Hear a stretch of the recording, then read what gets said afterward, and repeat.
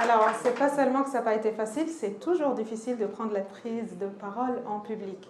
Forcément que je vais faire peut-être des erreurs, et c'est OK. Forcément que je vais avoir des oublis, et c'est OK. Forcément que je ne vais pas suivre la chose que j'ai préparée, et pour moi, c'est OK aussi. On dit, selon une phrase très ancienne, que celui qui ne sait pas remercier les gens ne sait pas remercier Dieu. Alors Dieu pour moi, Seigneur pour vous, Jésus pour certains, ou même l'univers, la gratitude, ça commence par là. Et j'ai envie ce soir de dire merci surtout à Frédéric Villot, je ne sais pas où est-ce qu'il est.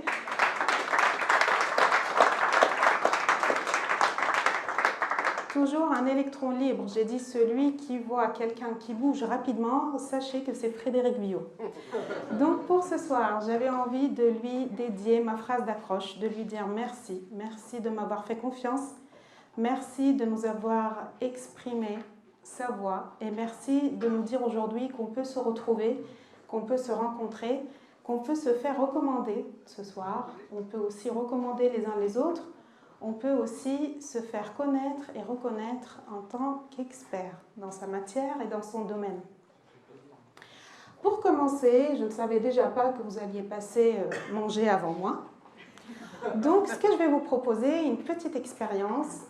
Et la première chose que je vais vous demander de faire, c'est d'apporter une conscience particulière à votre corps. Ce qui se passe à l'intérieur de vous aujourd'hui, forcément, c'est un peu de digestion. Je ne sais pas si certains ont autre chose à observer, mais ensemble, je vais vous inviter à vous lever, à vous mettre debout, à regarder déjà en face de vous si vous avez envie, autour si vous avez envie. Et on va commencer un peu à lever les bras en haut, très très en haut. Oui, ça s'étire, ça se sort, ça bouge. Tout en haut les mains, les épaules, on va les laisser tomber tout en laissant les mains en haut. Ça change un petit peu. Maintenant, on va prendre un grand inspire, doucement. Et on va faire un grand inspire. Inspire, expire. Inspire, expire. Inspire, expire. Et vous pouvez seulement les bras.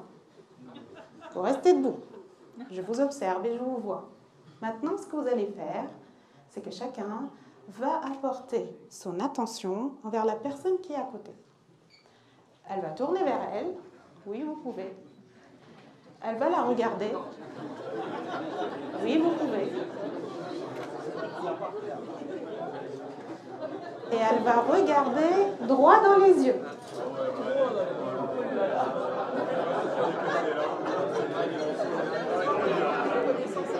Dans un deuxième temps, vous allez garder le silence. Et toujours regarder dans les yeux de la personne en face. Vous êtes maintenant en train d'établir un contact visuel. Et vous avez forcément une conscience grandissante par rapport aux personnes qui vous entourent. Je suis sûre que vous êtes en train de voir des choses que vous n'avez pas vues dès le début, ni même pendant le buffet.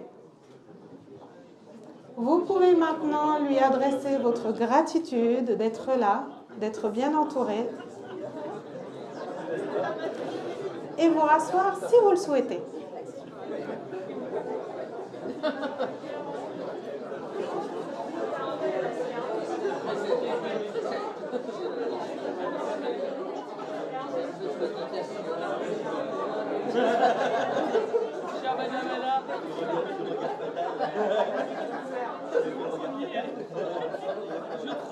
Voilà de quoi rigoler, changer d'esprit, oxygéner l'organisme, avoir de plus en plus conscience de ce qui vous entoure, avoir de plus en plus conscience des gens qui vous entourent, des personnes humaines qui ont des yeux comme vous et un organisme qui ressemble au vôtre.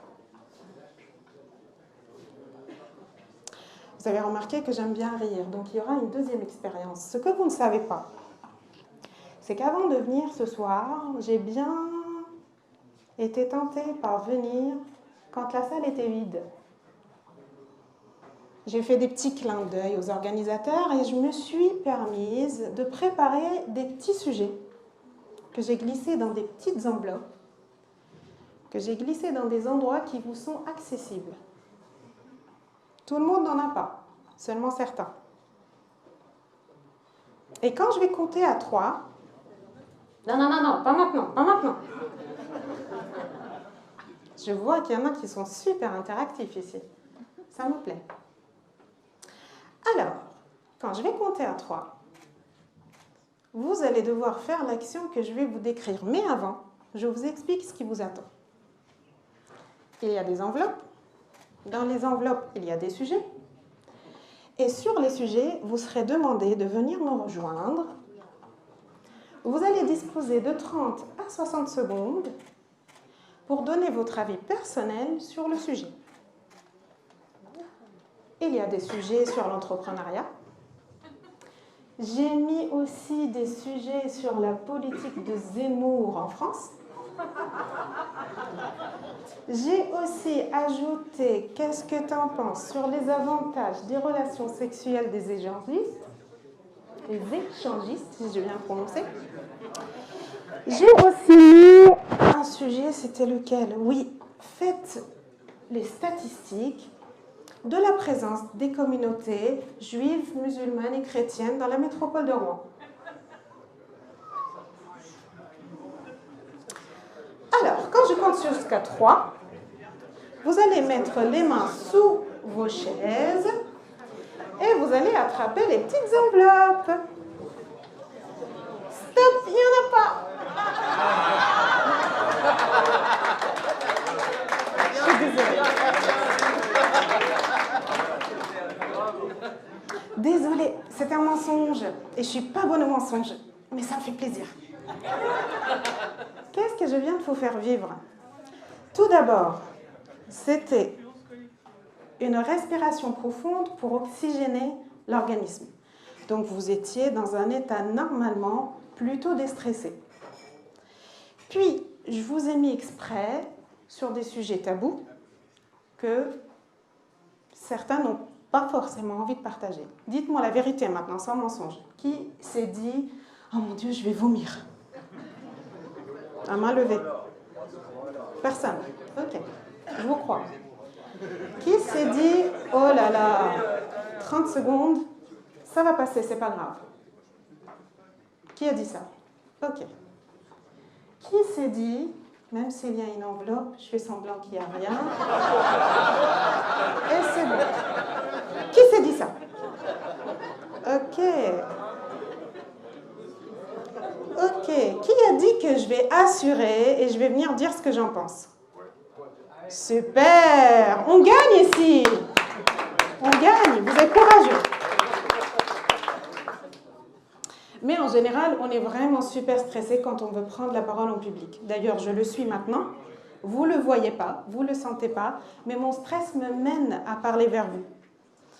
Lui, il n'est pas du tout à bannir, il n'est pas à contrôler, il est plutôt à le connaître, l'accueillir et apprendre à danser avec lui pour avoir des présentations plutôt positives, touchantes, interactives. C'est vous qui choisissez. Il y a quelques années, ce n'était pas le cas. Je n'étais pas du tout capable de tenir debout devant un public et de parler. Pas du tout possible. Dans ma tête, c'était juste le cas de l'impossible. Et un jour, on m'a mis un coup de pied dans les fesses et on m'a dit « tu montes ». Ce jour-là, je me suis débrouillée en comprenant comment est-ce que je peux faire. Et je suis revenue vers tous mes échecs liés à la prise de parole en public encore une fois. Premier échec, où j'ai compris que je ne pouvais pas lire un texte. Parce que quand je lis un texte, je perds le contact visuel. Le deuxième échec qui m'a dit que je ne pouvais pas parler avec un contenu que j'ai répété 33 fois tant que je n'ai pas su comment gérer mon stress. Et ainsi de suite. Et tous ces échecs-là m'ont permis de comprendre qu'il va falloir trouver quand même c'est quoi ce secret derrière et qu'est-ce qu'on peut mettre en place. Et ce jour-là, j'ai réussi. Le jour où j'ai réussi, on m'a reconduit une deuxième, puis une troisième, puis une quatrième fois. Puis au jour où je devais me lancer dans l'entrepreneuriat, ma grande question, ce n'était pas qu'est-ce que j'allais faire, mais c'était dans quel domaine j'allais le faire. Et de trouver le domaine, c'était pénible. Et ce jour-là, je savais déjà que j'allais faire de l'accompagnement, parce que j'étais bonne dans ce domaine-là. Et je me suis dit que j'allais accompagner les personnes qui, comme moi, pouvaient être dans un stress insurmontable. Parce que, si vous ne le savez pas, je bégaye. J'étais une personne qui pouvait bégayer tellement le stress montait. J'avais une très faible confiance en moi. Et je suis une grosse dyslexique. Donc j'ai des gros problèmes à lire les textes rapidement et à comprendre certains mots. Et parfois même à les prononcer. Et ce jour-là, je me suis dit, si moi, j'ai réussi à faire ça, eh bien que tout le monde pourra le faire. Et le jour où j'ai décidé de me lancer, j'ai créé mon logo, parce que moi, à mes débuts, je pense la plupart des personnes ici, veulent tout faire dans leur entreprise.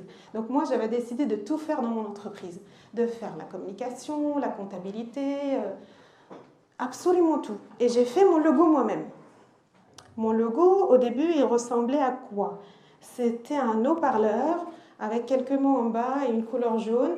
Et je l'ai envoyé à ma petite sœur qui, elle, est graphiste professionnelle. Quand elle l'a vu, elle allait se suicider tellement il était moche. Et donc, elle m'a dit, écoute, je te soutiens dans ton travail et je te crée ton logo.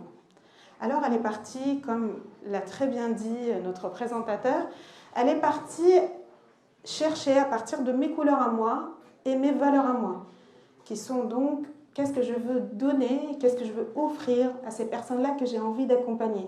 Je souhaitais leur offrir de l'audace, je souhaitais leur offrir de l'agilité, je souhaitais leur donner la possibilité de se présenter, de parler avec authenticité, avec accroche.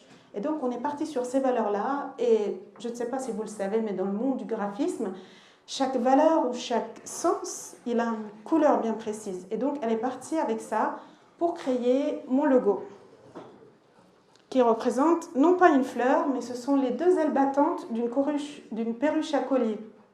Un perruche à collier, c'est un oiseau coloré qui est très agile, très audacieux, très brouillant et qui parle humain. C'est le seul animal sur Terre qui a la possibilité de parler humain. Et on s'est dit que si la perruche à collier, et si moi j'ai réussi à parler humain, c'est que tout le monde peut le faire.